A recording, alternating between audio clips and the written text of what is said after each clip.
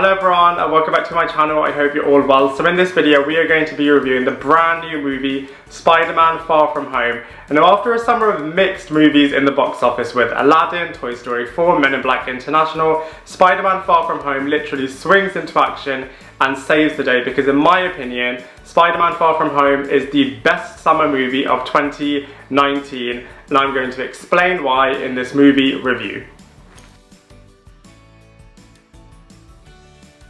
So the film is set straight after the events of Avengers Endgame and just honestly concludes Phase 3 absolutely perfectly. Phase 3 had some awesome movies in there and I feel like SpiderMan Far From Home just really perfectly concludes Phase 3. I know a lot of people are wondering, myself included, why isn't SpiderMan Far From Home starting Phase 4? You know, Avengers Endgame should have concluded Phase 3 and that question really bugged me because I was just like, you know, this shouldn't be the end of Phase 3 because Avengers Endgame perfectly ended Phase 3.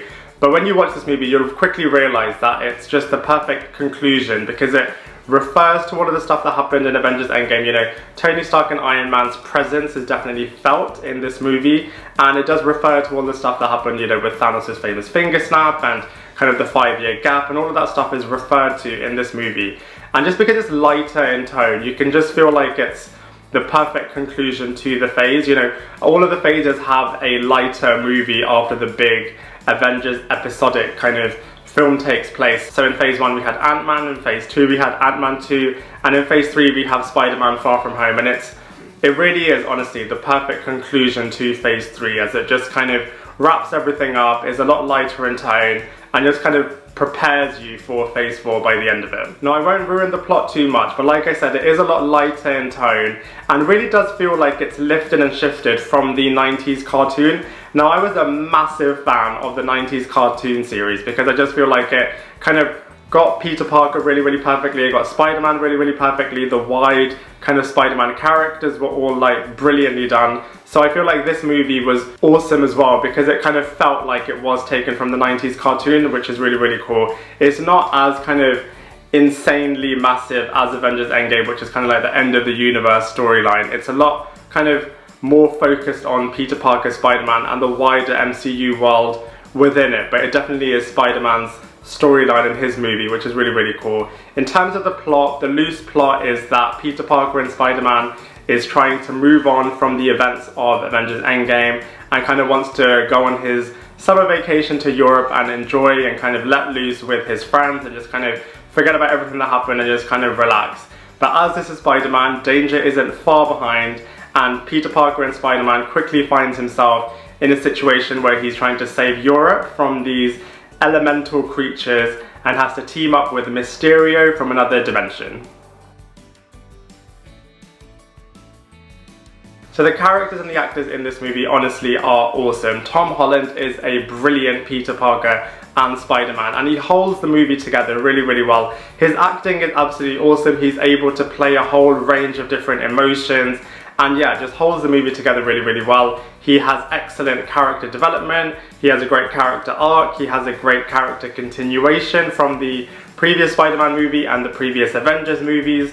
So yeah, just holds the movie together really well. And like I said, it really does feel like is playing the Peter Parker and Spider-Man from the 90s cartoon, which is really cool. Jake Gyllenhaal has joined the MCU and plays Mysterio in this movie. And similarly to Peter Parker and Spider-Man, he goes on a really interesting character arc storyline in this film as well. And his on-screen relationship with Tom Holland is really good. The two work together really well. So yeah, them two work together really well. Nick Fury is also in this movie, so Samuel L. Jackson is back and has a bigger presence for the Nick Fury character. Not as big as he was in Captain Marvel, but still kind of, you know, maintains the MCU space in this film through his presence. We have Zendaya as well in this film who plays Michelle/MJ. She has a bigger role in this movie and you kind of see a bit more of her character and her relationship with Peter Parker/Spider-Man, so that's really nice.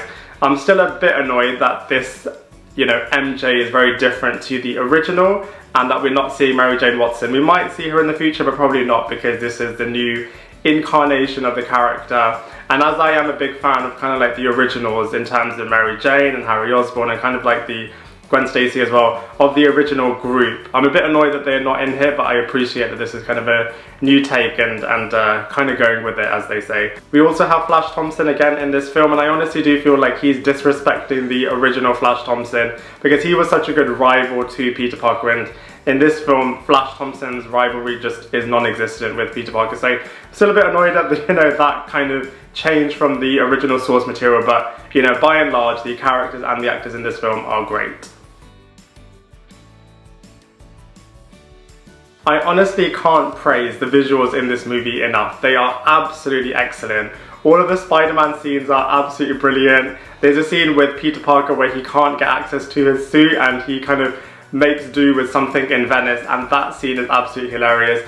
All of the different costumes that Peter Parker has as Spider-Man are really, really nice as well. So yeah, overall from, a Spider-Man perspective, the visuals are really, really cool. There's a lot of traveling in this film as well. You get to go all over Europe in this movie. And I feel like a lot of movies haven't really taken advantage of touring Europe, and this movie does that, and it looks absolutely spectacular. So I feel like, that's really, really nice as well. And the Mysterio scenes, honestly, absolutely outstanding. Mysterio is such a brilliant character, and you've seen him a lot in kind of the cartoons and in the video games, and he's such an interesting character, and I feel like there's a lot of scenes that have been adapted from kind of the video games and the cartoon series, and kid you not, the Mysterio scenes are just definitely what makes this movie absolutely awesome. So I'm really excited for you to see the Mysterio scenes because they're absolutely awesome.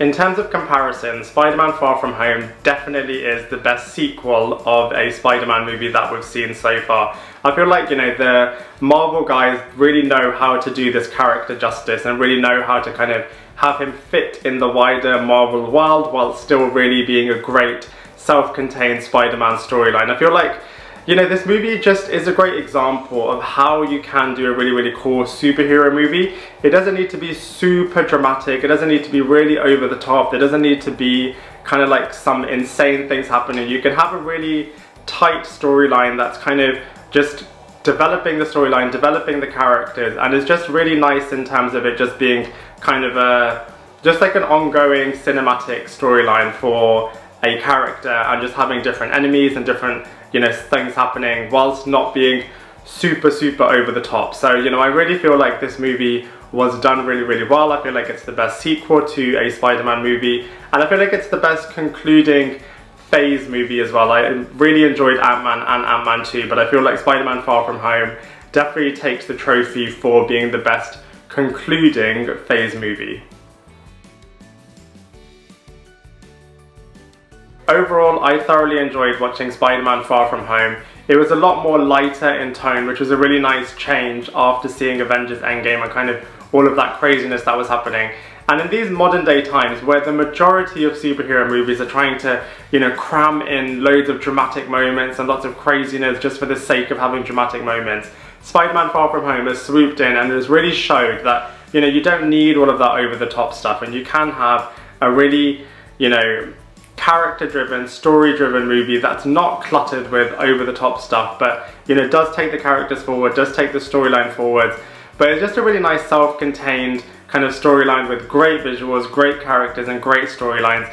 I am a little bit annoyed that we haven't got the classic characters in here, but I can get with the fact that they're taking it in a new direction, and I just really hope that Sony and Marvel can continue their relationship with having Peter Parker, Spider-Man, and Tom Holland in this world. Hopefully Venom can be joining soon as well. But yeah, I just feel like they've got a great recipe, a great formula here, and it would just be really, really nice to kind of see it continue on. And for those reasons, I have to give Spider-Man Far From Home an 8 out of 10. I'd love to hear what you think, so please let me know in the comment section below. Otherwise, I look forward to seeing you in my next video.